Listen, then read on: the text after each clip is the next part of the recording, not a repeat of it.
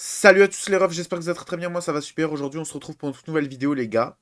Incroyable, on va aller analyser le nouveau Migaté. Juste avant, n'oublie pas de liker et de t'abonner, il y aura plein de vidéos qui vont sortir sur tout ce qu'on a annoncé pendant le reveal. C'est le moment de t'abonner et rejoins la famille, rejoins-nous frère. Vas-y, abonne-toi, lâche ton abonnement. Bon les gars, plus sérieusement, on va aller analyser le petit Goku. Est-ce qu'il va être fort, est-ce qu'il va pas être fort? J'ai un peu peur sur le fait que... En fait, je sens que ça va être un extrême. Soit il va être trop fort, soit il va être gaze. Je le sens, je sais pas pourquoi. Donc bon, on va aller analyser ce petit perso assez rapidement, voilà, hein, on va pas se mentir. Alors, je recule un peu la souris, voilà. Alors, pour les strikes, donc dégâts choc, ok, augmente de 20% les dégâts infligés pendant 5 secondes. Ok, ça commence très bien déjà. Ok, donc il augmente de 20% les dégâts infligés pendant 5 secondes. Il y a un autre perso qui a ça, je me demande si c'est pas l'autre Migaté violet aussi. Non, je sais plus c'est qui honnêtement, je vais pas vous dire de conneries, mais ok, déjà ça les gars, c'est très fort, vraiment. Ok, franchement, c'est... Wow. On commence très fort. Inflige des dégâts colossaux des chocs à l'adversaire, régénère le ki de 30, c'est fort, la régénération de ki. Augmente 35% les dégâts infligés par les techniques spéciales pendant 3 secondes. Et lorsque l'attaque touche l'adversaire, détruit toutes les cartes d'arcs spéciaux et uniques, on avait vu ça. C'est plutôt stylé. Donc il a une armure d'énergie lors de la charge. Ok.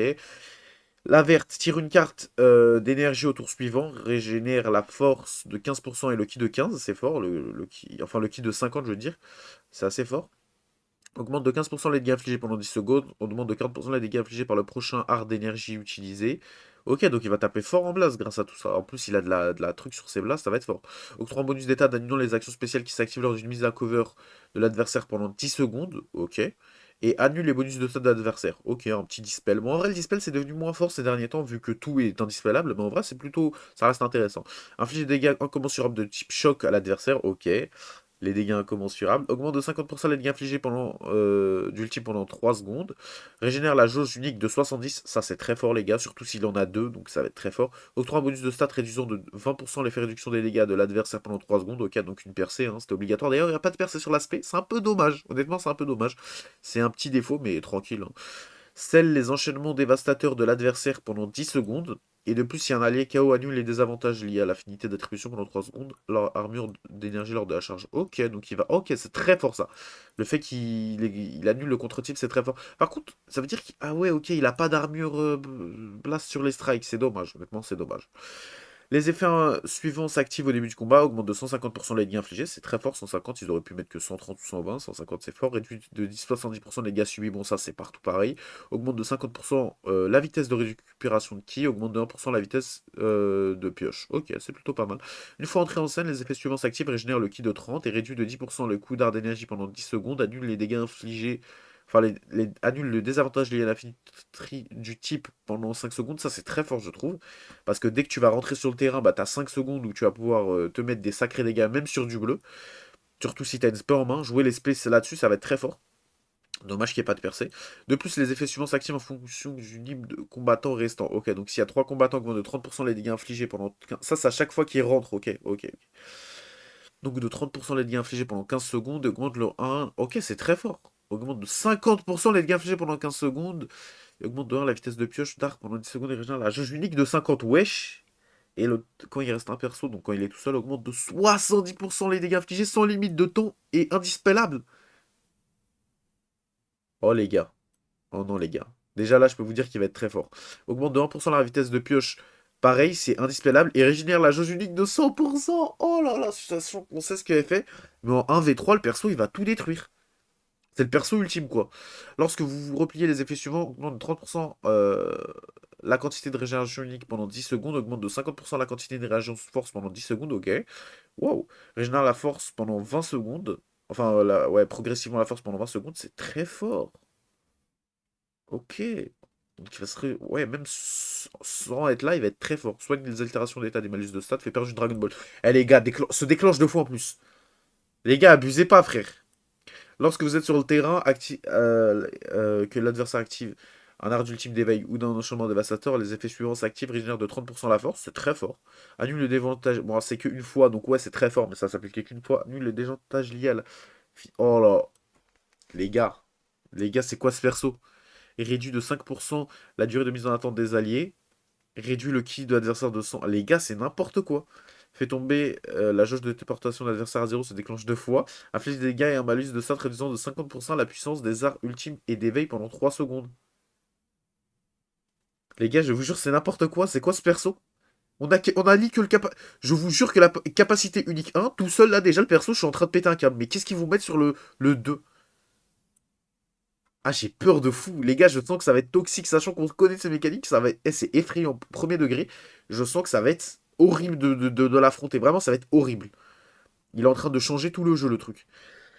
En cas de mise à cover effectuée contre une attaque d'art physique, expulse l'ennemi à une distance éloignée. Donc ça, c'est logique. Hein, c'est la mécanique de base. Lorsque vous vous déplacez d'un... Oui, bon, ça voilà, c'est logique. Il est possible d'esquiver tape. Ouais, bon, ok. Maintenant, cependant, l'action d'esquive ne s'activera pas dans les cas suivants. Ok. Et lorsque vous êtes vulnérable. Ok, ça c'est logique. Lorsque vous subissez une attaque de l'adversaire, utilise 30% pour effectuer une action d'esquive contre les attaques physiques, contre certains arts spéciaux ou uniques, comme impliquant sur une charge. Ok, donc ça fait marche aussi contre les SP. Corps à corps, pas les blasts, mais les corps à corps. Ok, c'est très très fort. Ah ouais. Cependant, l'action ne s'active pas quand la jauge unique restante est inférieure à la quantité requise ou lorsque vous subissez un état particulier à cause d'une altération ou d'état ou d'un certain art lors de la mise à cover. Ok, ça j'ai pas très bien compris. Lorsque vous subissez un état particulier à cause d'une altération d'état. Ok, donc ça serait genre si t'as de l'anti-cover, ça marche pas, c'est ça? Je crois que c'est ça. Ok, je me suis perdu, j'étais où? Cependant, ça qui fera pas de côté. Et là, cependant, non, ok. Lors de l'action d'esquive, les effets suivants s'activent. Tire une carte d'art unique au tour suivant. Ok. Ok, ok. Augmente de 15% des dégâts infligés. Ou réduit le 5 de tous les arts pendant 10 secondes. Octroie un bonus détail misant contre l'effet réduction de tir d'adversaire pendant 10 secondes. Et réduit de 1 la mise en attente des alliés. Ah ouais, si ça se cumule, ça va être très très fort, les gars. Ça va être très très fort.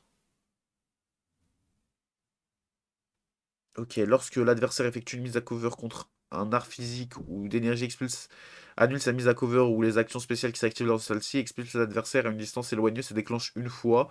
Une fois entré en scène, le nombre de déclenchements sera initialisé si les deux alliés sont KO. Ok, donc ça a marché qu'une seule fois, mais du coup ça marche pas quand il y a un anti-cover tout simplement. C'est que quand il y a vraiment une cover, donc ça je le trouve très fort. L'annulation, les effets suivants s'activent. Tir, carte d'ultime, éclair instantané.